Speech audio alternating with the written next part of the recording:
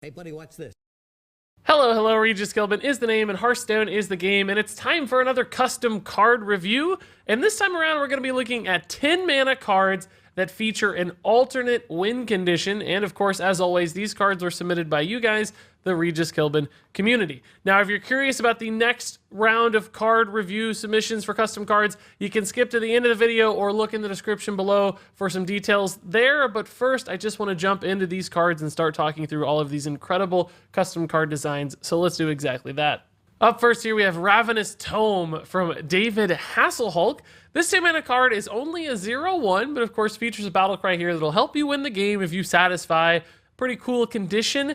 You have to have 50 cards in your deck, and you have to have 9 cards remaining in your hand when you play this one in order to win the game. So this one is all about crazy card generation. You got this tome here, which apparently wants lots of cards or pages in it, so you got to make all these extra pages. So cool thematically there, and also pretty fitting with some of the cards we've seen from Rogue recently, like, for instance, Academic Espionage, which of course shuffles 10 cards into your deck. And then you've got things like Augmented Elic, one of my favorite cards, of course, because it was my card reveal, which doubles that. And then you can shuffle 20 cards into your deck. So it's really not that difficult in Rogue right now to achieve this 50 card condition. There are a couple different cards and setup options that will allow you to do that with some success. There's just a lot of ways to put stuff into your deck right now. I think the harder challenge for this card is making sure you still have 9 cards in hand when you play your Ravenous Tome. So you have to set up a state where you've not only got those 50 cards in deck,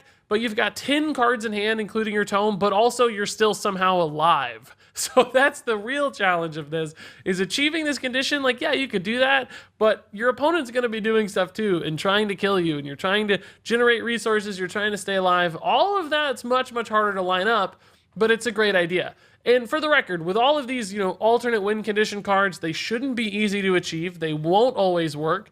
That's what makes them interesting and fun. It should be a challenging thing, just like we see with Mechathune.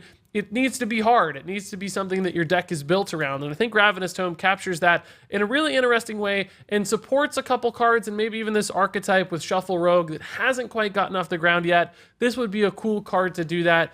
Fits thematically, great design, cool win condition, so I like this one a lot. Moving on to the number 2 spot here, we have Ultimate Amalgamation from Gis4Gamer. This is a 10-mana legendary spell for Warlock. Features some cool artwork we saw previously in the Monster Hunt with one of the cards in that mode. That's something Blizzard has done in the past, reuse artwork from past modes, so I certainly don't mind that being applied here. And I know some people are already running to the comments with this card. Regis, it's so easy to break this. Well, chill out. Okay, we're going to talk about it. So, Ultimate Amalgamation reads, if you control a dragon, murloc, beast, pirate, demon, mech, and elemental, you win the game. So, that is 7 different kinds of minion types. Tribes, as we've seen, it does not include totems, because it'd be really, really hard for Warlock to get a totem on board, of course. But basically everything else, I'm not sure it's everything, but 7. So that's a full board, 7 spots on the board. You have to have 1 of each, and then also cast your Ultimate Amalgamation in order to win. Now, the reason a lot of people already ran to the comments and made a big fuss, and I'm going to laugh at them, is because of the card Nightmare Amalgam. That card reads, it is essentially 1 of each tribe, so you might say all you need is a Nightmare Amalgam and Ultimate Amalgamation, and you win the game. Well, maybe, sort of, theoretically, but I'm going to say, nah, that's a boring way to look at it. That's a really closed-minded way to look at it. I think it'd be, first off, very easy to suggest that, okay, hard code a condition with Ultimate Amalgamation where that doesn't matter, where Nightmare Amalgam does not trigger it. Secondly, I think because of the word and here, I think you could make an argument that these have to be distinct entities. They can't be one card satisfying all of these. So in either case, that kind of crazy Nightmare Amalgam, Blood Bloom, Ultimate Amalgamation turn does not concern me as a reason this card can't be playable. I think it's really silly to look at things so narrowly. I think this works as assumed, as intended, where you have to have 7 different unique sorts of tribes on the board. And you might say, well, that's impossible, Regis. How could you ever have all 7 of those and enough mana to play a card like this? Well, something like Blood Bloom does actually make that possible. So if you stick like 3 or 4 the first turn, your opponent can't resolve them, it comes back to you, you play, you know, maybe 3 or 4 more cheap minions, you Blood Bloom and you slam Ultimate Amalgamation, you might have a win condition. There might also be other ways to just cheese stuff into play. I don't really know how it works, but that's what makes it cool. We take something neat here, you know, a mechanic, a design, an idea we haven't really seen before, and we make it win you the game, but you have to build your deck in a really specific and crazy way. Is it a zoo-style deck that has all these different things? I don't know. It'd be hard to piece it together, but again, that's what makes it fun. That's what makes it cool, and I like this way to explore tribal synergies at a really high level, trying to get everything in there, bundled all into one. It captures that zoo idea quite literally. It's a zoo of all these different tribes. So personally, I think it's a great way to express that and explore that space, and a pretty cool win condition on top of that. So up next, let's talk about our only hero card of the entire video. This one's from Butterscotch.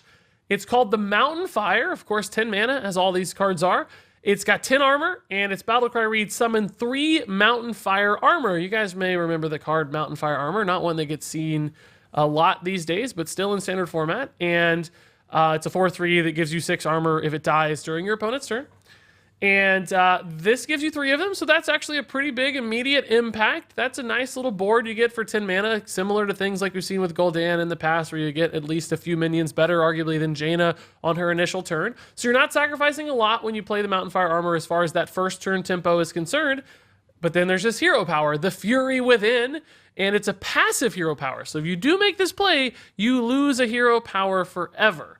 Right? It's one of those things where you don't have a hero power anymore. So you lose a lot of long-term repetitive value. But with this passive hero power, if you reach 100 armor, you destroy the enemy hero. So getting to 100 armor means you instantly win the game. And that also means that with the Mountain Fire, if you had, say, 90 armor, and you played the Mountain Fire, it would put you at 100 and you'd instantly win the game. So it's this really cool way to take giant armor totals and convert them directly into a win, which isn't always possible right now. So for instance, you can play really big armor warriors. Odd warrior can get tons of armor. I've had games recently even where I got 80, 90 armor. But if your opponent has something like Deathstalker Rexar and can just generate infinite resources, sometimes it doesn't matter how much armor you get. They can still just eventually beat you down, and you can't always go to fatigue. With something like this, you don't have to rely on that fatigue win condition quite as much. It just gives you that instant win impact, which is really cool if you satisfy this strategy that you've been trying to implement the entire game.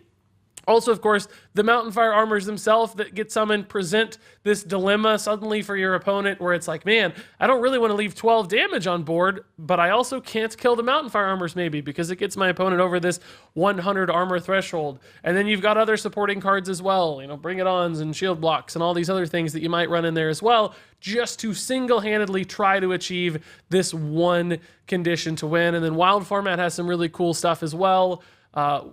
Ancient Shield Bearer armor with, like, you know, Brand Bronzebeard can do crazy armor gains in a single turn. All of that sounds super fun and a thing I like to do.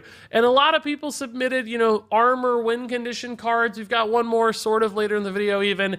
This was a pretty common theme, but I thought the way that this one was a hero card specifically, it had this dilemma presented with the Mountain Fire armors, and I just liked the idea here, the Mountain Fire. That's a cool looking artwork, and the name and all of this ties together really well from a fantasy and theme standpoint. So even though a lot of people had the same idea, and some people might say, oh, my card was cooler, I just thought this one captured it the best, all told. Great name, great theme.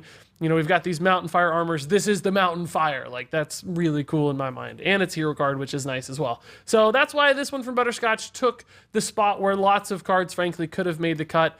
Just really well executed. And one of my favorites probably from this entire video. Up next here we have Algalon The Observer from Toy Rapple, and Algalon's a really cool character from World of Warcraft, which I like to see. A nice raid boss, one that was gonna destroy the planet essentially if you didn't deal with him. So the fact that he also destroys the enemy hero in Hearthstone is really fitting and cool. So I'm glad to see him explored here.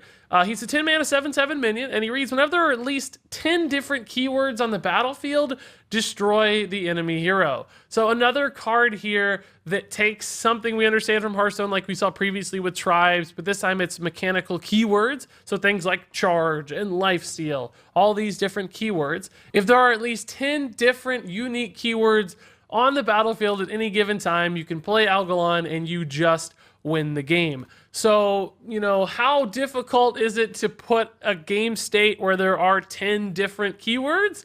I don't really know. It's hard to imagine or picture, but there are certain things you can probably put in your own deck. For instance, running like an egg gives you a death rattle that your opponent might not want to kill. You could run like a stealth minion, like a jungle panther. So you've already got 2 right there, right? You have to assume that your opponent's cards are probably going to have battle cries. Death rattles are very common. There's a million different things. Lifesteal. I mean, even Ziliax himself has like 5, I think, or maybe not quite 5, but a lot. So even Ziliax could just put you at risk of something like Algalon The Observer. So I don't know if you would build a deck designed to, you know, achieve this yourself, where you're building a board with lots of different keywords, or if you would use this almost like a tech card to counter other board states, just in case your opponent tries to go ham with all these different keywords. You know, taunt, lifesteal, stealth, charge. There's a million. I'm not saying there's a lot of keywords in Hearthstone at this point. Anything that's bolded text is essentially a keyword, in case that's not clear. So I have a feeling this could punish some things, you know, even like Zombies, for instance, if you're playing Deathstalker Rexar. Zombies typically bundle together a lot of different keywords, and if your opponent gets 3 or 4 zombies, that might be enough to get Algalon set up and win the game. And that's cool. That means different kinds of board states and different things go at risk. You know, even sometimes just this being generated off random resources, or again, being teched in as one card in a control deck, might sometimes steal a victory that would otherwise be impossible. And then, even more interestingly, try to make your own deck to support this. That's a cool idea as well. So I like the idea here that just interacting with keywords in a new way, that's fun. Algalon's a great character. So this was an easy choice for me to include in the list. So now moving on to our next card here, we have Rapture the Soul Trader from Blue Zombie Blood. This would be a 10 mana 5/5 demon for Warlock. And this one reads, at the start of each of your turns, lose 3 mana crystals. When you reach 0, destroy the enemy hero. So a couple things. This is a battle cry, so this would put this effect into the game state. The minion doesn't have to like stay alive for this to matter. If it was an effect, of course it would, but it's a battle cry, so once you play him, this is going to be happening. You've got this basically countdown starting, where when you reach the end of the countdown, you're just going to win the game. And specifically with Rapture the Soul Trader, we should talk about how long that countdown takes. So this says at the start of each of your turns, you lose 3 mana crystals. Now, my interpretation of that is not that that's replacing your standard mana crystal gain. It's merely an extra thing that happens. So you play this on turn 10. You end the turn. You've made a pretty bad play. A 5/5 for 10 mana is terrible. Your opponent does some amazing thing. You get the turn back. You lose 3 mana crystals. So you go from 10 to 7. But then you also gain a mana crystal, because that happens always at the start of every turn. Anytime you lose a mana crystal, you just regain it automatically. You can see that with other cards in Warlock even. So you go to 8, and basically it's a -2 every turn. From 8, the next time around you go down to 5, and then you'll creep up to 6. Then you go from 6 to 3, up to 4. You'll go from 4 to 2, up to 1. And then presumably the turn after that, you would go to 0, and even if you gained a mana crystal after, you'd lose, or you would instantly reach, as soon as you reach 0, it would instantly activate and you destroy the enemy hero. So basically it does take quite a few turns for this effect to actually be achieved. It's not just 3 or 4 turns, I think it's actually more like 5 turns, right? And I guess if your opponent had Biology Project, it could theoretically take even longer. But what's happening is you're basically putting your opponent on a 5-turn clock where they have to win the game. And some people out there would say that's unhealthy because that's way too easy. You could last long enough as a Warlock for 5 turns. You know, just a couple Twisting Nethers, and you've lasted through Rapture the Soul Trader's entire countdown, and the game is over. I don't think it's quite that simple, though, because remember, you're going to have less and less mana to operate with every time. By the time you get to that 3rd and 4th turn, you're only dealing with 4 mana, 2 mana. Can you stay alive with 4 mana or 2 mana? I'm not convinced. I think it'd be really, really hard to protect yourself. Only some matchups could you ever really achieve that. Any kind of aggro deck's just going to run you over because you don't have Hellfires, you don't have Twisting Nethers. Your time starts to run out really, really fast. And that's what I like about this card. You create this inevitability, this countdown, but there's a real challenge to it. It's difficult to figure out when to play it, how to line it up, how to stay alive. Utilizing your resources. Is Defile, for instance, enough when you get down to that really limited mana turn? I'm not sure, but there's a lot of sacrifices being made in order to pull this off. So it's a very high risk reward sort of card. I don't think a lot of decks would want to run this. I think you'd have to build your deck in a very specific way and wait till the exact right moment. Not to mention the turn you play this alone is pretty bad. A 10 mana 5/5 is very, very weak. So I think that's a great balance. I think it's cool. I'd like to see this one tried out. I mean, is it exactly right from a balance standpoint? I don't know. I don't care. I say this every time. I'm not trying to final balance these things. That's for somebody else to do. This is more about the cool initial design, and this is a cool one for sure. That said, there were a lot of different sort of countdown cards submitted where there's some kind of time put on the game state where it's going to end eventually. I thought this one was done in a more creative way and felt more simple than some of them as well. So that's why I chose Rapture, the Soul Trader, amongst a lot of different countdown cards, essentially. Up next, we have Rise of the Black Empire from XCT Lee. This is a 10 mana neutral spell. And first off, that's pretty remarkable. We don't have any collectible neutral spells in Hearthstone right now, but I think this one's a pretty fitting one because it connects to 4 neutral cards. So if we're ever going to have a neutral legendary spell, I think it needs to be something like this one. And this, of course, references the 4 old gods that we saw from the Whispers of the Old Gods expansion. So we got Yashiraj, we got N'Zoth, we've got Yogg-Saron, and we've got Cthulhu. And with this card, if all 4 of those die at any point in the game when you cast Rise of the Black Empire, guess what? Boom, you just instantly win the game, which, again, a really cool alternate win condition because it's centered around these 4 thematic cards. And I can remember way back in Whispers of the Old Gods trying to make a 4 Old Gods deck work, and that was like almost impossible because they don't always all synergize together, right? Like Cthulhu supporting cards don't really work very well with Yogg-Saron, for instance, or with N'Zoth. So trying to get all 4 of those puzzle pieces to fit was a challenge because ultimately they didn't really help you win the game. But with a card like this, you'd suddenly have a way to win the game while running all 4 of those cards. So thematically, really cool how it connects all of the old gods together, presents a way to play them and win, would still be really hard to do because you've essentially got a deck that's all sort of disconnected. Also, you'd have to spend 40 mana essentially most of the time to play all 4 old gods. So it's really slow to get something like this working. It would be susceptible to transform effects like polymorph or hex. Now, one additional thing to note is this does not say they have to be allied old gods. So if you played this and your opponent had an old god, you could theoretically achieve it faster than you would otherwise be able to. Obviously, right now, too, this would only be a wild format card. I'm okay with that. I mean, we're talking about ideas here, cool stuff. It doesn't have to be something that's playable in standard format today. It's more about the exploration of what this means and how cool it would be to play. So all told, I like that this is a neutral legendary spell. That's a new take on Hearthstone that we haven't seen before. Connects to such a cool part of Hearthstone's history as well. Great from a Warcraft lore standpoint. Bundle all that together and you've got a really cool card. Up next is the Mana Colossus from Lightning Lucario. 10 mana, 10/10 Druid minion. It reads Death Rattle. If you have a total of 75 or more leftover mana from your turns this game, destroy the enemy hero. So you gotta have leftover mana to make this guy work, and that's awesome. That's a really fun idea. Once again, it's all about risk reward as an alternate win condition card should be. Because if you've gone an entire game with 75 or more mana left over, that means you've sacrificed a lot. That's, think about it. That's 7 turns or more at 10 mana, basically, right? So that's a lot to get over. But then again, you are playing Druid. So Druid ramps really quickly. They have excess mana. A lot of times you get to those 10 mana turns and only play a card or 2, have 4 or 5 mana left over.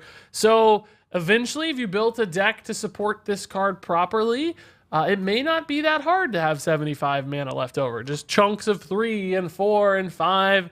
after 10, 12, 15 turns in a fatigue control late game deck, obviously you'd want that. You could get this card to go off. And because it's a Death Rattle, at 10 mana, you might say it's a little bit susceptible to transform effects, polymorphs, and those sorts of things that don't activate the Death Rattle. But you could save like an Innervate and a Naturalize to pop this thing off immediately as well. The question is just, how do you survive that long? Can Druid do that? Do they have the tools necessary to play a game that late? And is this a viable win condition in Fatigue that's better than maybe a combo card? I don't know. That doesn't matter. It's just fun that it exists. It's a neat idea because you've got a class that's 100% centered around mana acceleration and getting a lot of mana really quickly, and this rewards you essentially for having spare mana. I don't know if the 75 mark is the right number. Again, not super worried about final design here. Maybe something like 60 would be a little more achievable because that's still 6 full 10 mana turns, right? It takes a while to get up to that mark. But whatever the right number is, I don't care. It's just a cool design and a neat card. Also, there's some implications of tracking that. You have to remember how much spare mana you've had left over the course of the game. That could be pretty hard to keep track of without some outside help. So even a little bit skill testing in some ways as well. All of that put together makes this a fitting card for Druid, a neat design, cool artwork, nice name, thematically appropriate. So I like it. Moving on, next up we have Death's Toll from Alias. This is a 10-mana rogue legendary spell, and it reads, if you drew at least 30 cards this game, destroy the enemy hero, otherwise destroy your own. So with Death's Toll, pretty neat right off the bat, and that it's another kind of draw-centered, almost Miracle Rogue-themed finisher spell, which I think very cool. Now, drawing 30 cards, some people might say, well, you've got 30 cards in your deck. That's super easy. Eventually, you're always going to achieve that. But remember, you don't actually draw the cards in your mulligan. Those are just in your hand initially. So right off the bat, you're going to be at a max of 27 or 26 cards drawn from a base deck. So that means you do need to implement some sort of shuffle mechanic where you add extra things into your deck in order to get Death's Toll to go off. Clearly, you can do that in Rogue. We already talked about it a little bit. Things like Academic Espionage. Even right now, Falderai Strider could help you achieve this too. Those do count as drawn cards when you draw the spooter, essentially. So that's not the hard part. The hard part is winning or staying alive or competing while trying to draw that many cards. And some people might go immediately to Myra's Unstable Element and say, Regis, it draws the rest of your deck. As soon as you get Death's Toll in hand, you can play Myra's. But remember, Myra's actually burns most of your cards. It doesn't actually draw through them, so that doesn't work. You burn 20 cards, you don't draw 20 cards. So you have to do this somewhat naturally. Clearly something like Gadgetzan Auctioneer, chaining a bunch of cheap spells, could be a possible way to draw a ton of stuff, but is that good? How often is that going to be competitive? We've seen Miracle Rogue work, but not with the idea to draw 30 cards, just to draw win conditions. So what kind of deck makes this fit? And do you just toss it into a shell of a normal Miracle Rogue deck and use this as a spare win condition? I think you could, perhaps, but then you've got a dead 10-mana card in your hand. So there's some pretty big opportunity costs at running something so expensive as this. Now, beyond that, a card like this merely existing is kind of cool because of things like Scroll of Wonder or Yogg-Saron, and that this gets added into the random spell pool. And note that there is a downside here. You do destroy your own hero if you cast this when you have not drawn 30 cards. So suddenly Yogg-Saron gets another way to backfire. So does Scroll of Wonders. And on top of that, you also have to make sure you've drawn at least 30 cards when you play this, and that may not always be obvious. That's another thing you have to keep track of, and you could mess up. And is it 29 or is it 30? Oh my god, I don't know. So you have to be careful there as well, trying to cheat this out a turn early before you're sure. So a lot of cool stuff piling into this one's win condition. I think I like how kind of simple it is. It's unidirectional. And it might seem easy to achieve, but again, remember how hard it is to compete and stay alive and beat decks while you're achieving it. That's the difficult thing, right? It's in some ways easier than something like Mecha'thun, but in other ways maybe even harder because you can't just play cards for the sake of them doing good things. You have to play a lot of cards that draw other cards. Otherwise, you just use this maybe as a fatigue win condition in really long games, which would be fine too. You could build a fatigue style rogue. We've had a few cards on this list that clearly succeed best once the game has gone for a really long time, and I think it's okay to have some sort of defining, definitive win condition in a fatigue style deck. That's instead of just bleeding out your opponent, having something that does eventually win you the game. That's okay in my book. So we've got a few here, this yet another one, but still some neat design possibilities as well, building a deck to support it specifically. So that's why I like Death's Toll. And then up next here, we have another warrior legendary. This time it's Siege Golem Grog. 10 mana, 9/7 mech minion. And the battle cry reads, if you have armor equal to your opponent's health, destroy the enemy hero. So I like this a lot. So most of these win conditions we've seen on these cards so far are all terminal in nature. Like you can do something to guarantee that they go off. That's the same thing we see with like Mechathune. Like eventually, if you had an empty game and you could just do it, you would eventually be able to pull them off, or at least most of them. With Siege Golem Grog, it's not that simple. It's not, you know, inevitable. It's calculated. You have to figure out a state to achieve something like Siege Golem Grog, because you need your armor to equal your opponent's health. And of course, that's not really difficult from a level standpoint. So for instance, it's not impossible to get 30 armor if your opponent is at 30 health. It's not impossible to get 10 if your opponent's down to 10. Clearly, it's something you can achieve. The challenge in this one, though, is lining it up exactly. Because if your opponent's at 26 and you're at 25, how do you get rid of one armor to make it match? And it's just like this constant back and forth. Like, okay, if I attack this minion, I take 3 damage and I armor up. Next turn, I'll take 5 from his attack, and then I'll be able to play Siege Golem Grog. And you gotta just game plan and try to set up board states. You gotta have interactable elements like a weapon attack, for instance, to damage yourself maybe. You gotta have armor gain, the shield blocks, the armor ups. All of that comes together, and if your opponent, of course, knows that you're running Siege Golem Grog, and that's a part of the meta, then they get to do the same thing. They get to play this mind game back and forth where it's like, God, I gotta be careful. I can't go to this exact, or maybe I need to stay on odd numbers instead of even numbers because he has a hero power that does 2. There's so many different things that suddenly play into that I think this would be a really fun card.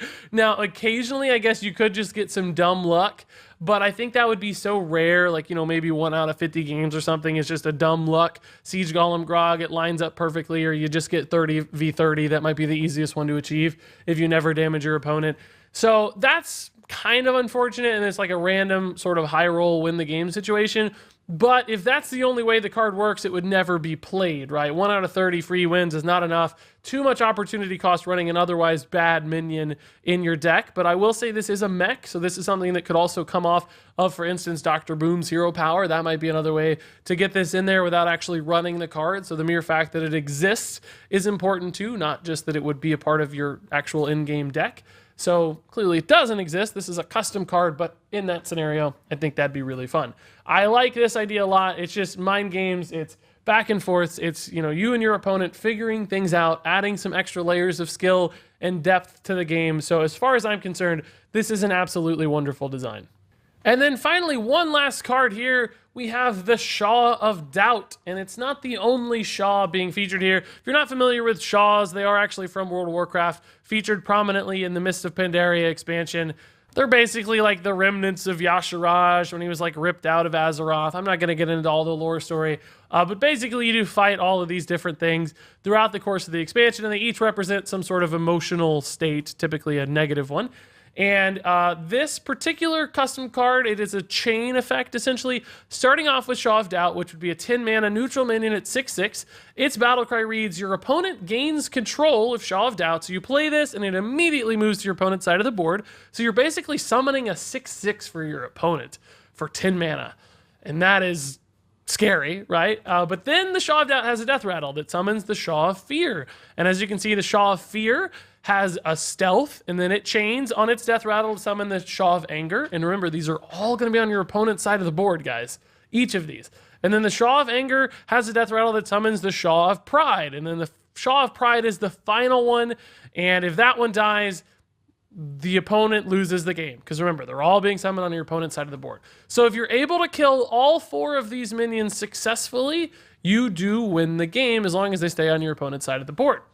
And That's really hard, okay? Obviously, summoning a 6/6 to your opponent for 10 mana is like an impossibly difficult sort of thing. Oh, by the way, this is from Black Mantha. I forgot to name the creator here.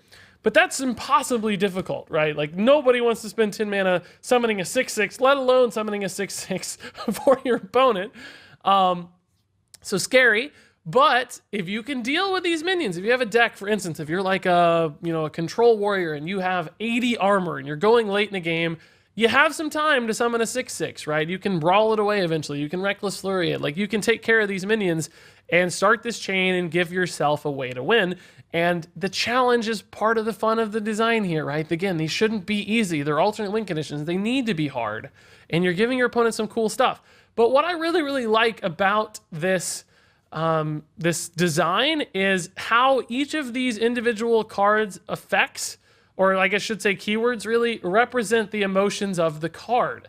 So the Shah of Doubt, you're kind of giving this, minion to your opponent where suddenly they might doubt whether or not they're going to win the game. Like, oh my God, you're introducing this game state where there's suddenly a lot of hopelessness and doubt, like, oh my God, am I gonna lose? And then you got the Shah of Fear. He's scared, so he's got stealth, like he's hiding essentially. That's amazing. The Shah of Anger has charge because it's mad, right? It's aggressive. And then finally the Shah of Pride has taunt. And it's the one, pride comes before the fall. So pride dies and then you lose the game, you fall. So just thematically, it's like perfect. It's wonderfully designed. Also, if you look at these minions, they kind of chain together. For instance, like Shah of Fear is going to be hard for you to kill because it has stealth, which means your opponent might get to take a trade with it, which means then it summons a charge minion immediately, and then they get to take a trade with that charge minion. So it escalates pretty interestingly as well. And then finally, they have like this big final, the largest guy, the Shah of Pride, is like the big final defensive one. And it has taunt, so that it might be easier for you to kill, so they can't hide it behind a taunt necessarily. It gives you an opportunity to trade minions in, perhaps. So basically, every little element of these cards seems like a lot of thought was put into it. It pulls from a World of Warcraft character set, which is amazing. So all around, I think Black Mantha just nailed it with this design. Like, every little element looks so good to me that I couldn't leave it off the list. I do think it's one of the scariest and hardest alternate win conditions. That's okay. Not all of these have to be perfectly viable. That's not necessarily important part of it. Mechathune is like barely viable. I think these would often be barely viable. That's okay. The design is otherwise absolutely perfect. I'd have a ton of fun trying to make this one work. I think it could possibly be possible in like Warlock, Warrior, decks with a lot of survivability and removal could pull this off without a ton of troubles in the right matchups, of course. Like, maybe not against Zoo, but that's okay. You don't have to play these sorts of cards if you're stabilizing anyway. So to me, Shah of Doubt and the rest of these Shahs are just absolutely wonderful. So I am thrilled to see these here, and maybe my favorites of the entire set, although they're all fantastic, so what does it matter? And there you go, guys. Those were the 10 mana alternate win condition custom cards I liked best from this set of submissions. There were, again, as always, like 50 awesome cards that I could have included. It's really difficult to narrow these down. In particular, this time around, we had a lot of cards that had similarities. So some that were like instant win fatigue conditions, a lot based on card draw, a lot based on armor gain, just a lot of chain effects, a lot of countdown effects. So I'm sure some people are going to see some similarities in cards in this list. It's something you submitted. It was hard picking between a lot of these. It ultimately just came down to, did you have a typo on your card? Like, what was the artwork you chose? What was the name? Those sorts of things mattered a lot. And that's the cards that ended up on this list were pretty much perfect in those regards, or had an incredibly unique design one way or the other. So that's why they made the cut. Now, there's a couple things I want to talk about before I go in this video. First off, there's another custom card review coming. The topic for next time around, I want you to make a secret for a non-secret class. So design a secret for a non-secret class. So we've got, Hunter, Paladin, Mage, and Rogue all have secrets now. So it needs to be one of the classes not there. So Shaman, Warrior, Priest, I'm gonna run out of Druid, and there's some other class I'm forgetting. It doesn't matter, you guys know the classes. So one of the 5 non-secret classes make a secret. It can be any mana cost you want. It could be a 10 mana secret, it could be a 1 mana, 0 mana secret. You design it, whatever you think is fitting, but something that fits the theme of the class, captures what they're about. You know, for Druid, maybe it's mana gain. It doesn't have to be, but you know, something that matches up with what that class is all about and makes sense for that class. And a cost, of course, that makes sense, but it just has to be a secret. So that said, there's a link in the description below where you can submit those custom cards for next time. That'll be in custom card review number 5. Beyond that, now that we've gotten through 4 custom card reviews, that means we're gonna do the competition or contest portion of the custom card reviews. So I'm gonna go back through the past 4 videos, this one and the previous 3. I'm gonna pick my 10 favorite cards from those videos, and I'm gonna put up a poll for those videos in the comments of this video, but also on like my Twitter and in my Discord. So you get to pick your favorite card of the 10 cards I've selected. The person whose card gets voted for the most will win a $20 Blizzard gift card. So yeah, if it's one of your cards, you can ask your friends and family or whatever to vote for it. It's fine to, you know, petition for your own card. I'm okay with that. That's part of online competitions. I can't really stop it, so I might as well encourage it. That said, good luck. And I don't know what those cards are just yet. I'm going to figure that out between now and the time this video is posted. But amazing options all around. It's going to be impossible to narrow down to only 10. But that said, thank you guys so very much for watching. I can't wait to hear your thoughts on these cards. Tell me what's right, tell me what's wrong, tell me why it'd be awesome or terrible for the game. But until then, thank you so very much for watching, and until next time, game on.